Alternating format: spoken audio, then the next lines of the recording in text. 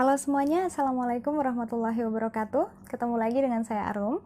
Kita akan melanjutkan sharing session kita tentang digital business atau bagaimana kita membuat usaha melalui platform online ya. Nah, minggu lalu yang sudah lama ya, mohon maaf saya nggak sempat upload.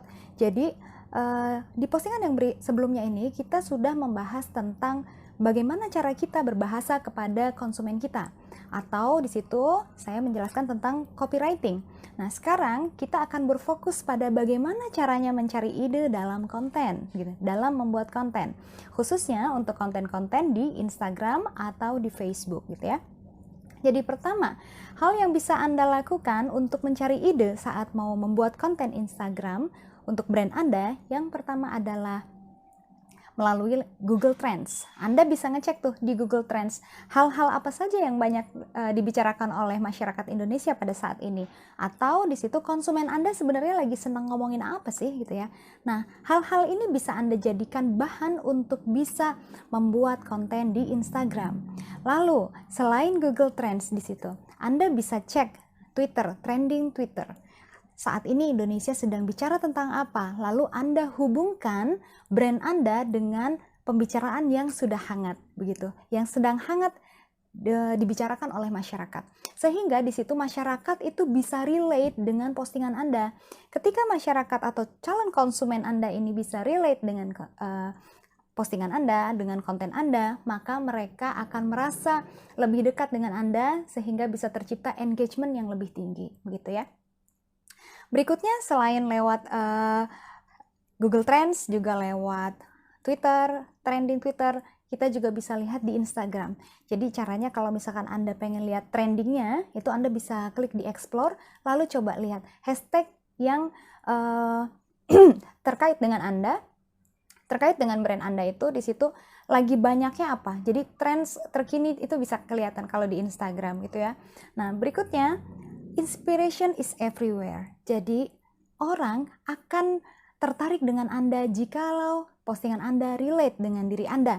Maka dari itu tidak ada salahnya ketika misalkan Anda ketemu kejadian di lapangan seperti ini, atau misalkan Anda mengalami hal seperti apa saat misalkan di dapur, saat lagi masak nih, ngalamin apa. Nah, itu Anda bisa masukkan di situ sebagai konten gitu ya. Tapi ingat, mohon diingat di sini kontennya jangan curcol ya. Karena apa? Konsumen atau calon konsumen ini, audiens ini ingin informasi yang mengandung knowledge. Kemudian ingin informasi yang mengandung entertainment gitu. Jadi jangan bicarakan tentang diri Anda di situ, tapi di situ Anda relatekan, kasih tahu orang lain bahwa yang dialami Anda, kemudian kaitkan langsung dengan mereka. Tapi jangan ngomongin diri sendiri gitu ya. Jangan narsisis di media sosial untuk brand Anda. Berikutnya, kita geser sedikit tadi dari konten.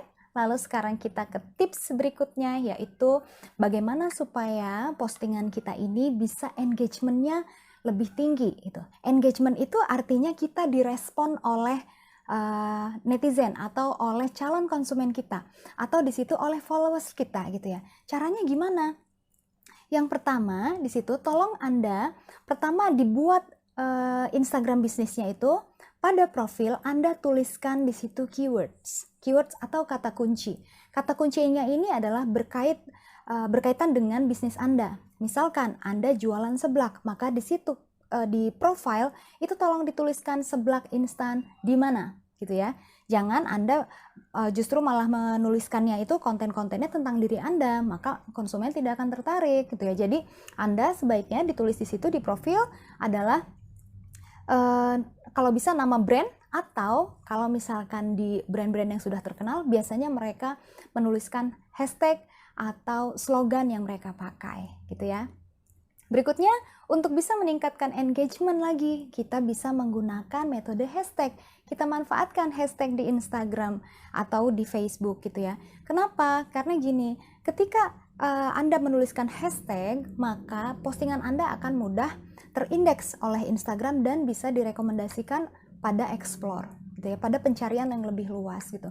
Nah, hashtag dalam Instagram untuk tahun ini ya, itu algoritmanya masih maksimal 30 hashtag. Jadi maksimal Anda bisa memasukkan 30 hashtag.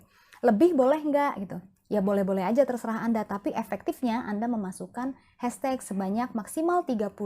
Dan hashtag ini harus relevan. Jadi kalau misalkan jualan seblak, di situ jangan ditulis hashtagnya pakaian anak. Maka Anda berpotensi nanti bisa di-ban sama Instagram. Di-ban-nya gimana? Biasanya kalau Instagram itu, biasanya nanti Anda pertama itu tidak bisa komen, atau postingan Anda tidak bisa dikomen, atau tidak bisa di-like oleh orang lain. Beda-beda itu yang namanya hukuman dari Instagram itu ya. Jadi kita lebih baik kita mengikuti algoritma yang sudah berlaku begitu. Nah, itu dulu kalau misalkan dari hashtag ya. Berikutnya adalah bagaimana kita menempatkan gambar. Nah, biasanya gini, kalau untuk brand ya, untuk brand yang baru itu sebaiknya Anda sering aja posting, sehari 3 kali. Tentukan jamnya dan lihat jam berapa saja konsumen Anda banyak berinteraksi dengan Anda gitu.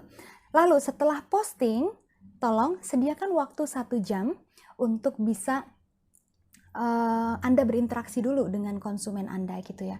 Kenapa 1 jam? Karena gini, 1 jam pertama setelah Anda posting Instagram, di situ adalah waktu di mana algoritma artificial intelligence-nya Instagram itu mendeteksi Anda, mengindeks Anda, sehingga ketika Anda aktif untuk menjawab, kemudian aktif untuk nge-like orang lagi, kemudian membalas postingan-postingan orang di situ, maka di situ Anda dianggap sebagai akun yang aktif ya. Jadi Anda sebagai akun yang aktif, sehingga ketika Anda posting nanti di berikutnya, ada postingan berikutnya, orang-orang yang komen di Instagram Anda, di situ mereka akan direkomendasikan oleh Instagram untuk melihat postingan Anda terlebih dahulu.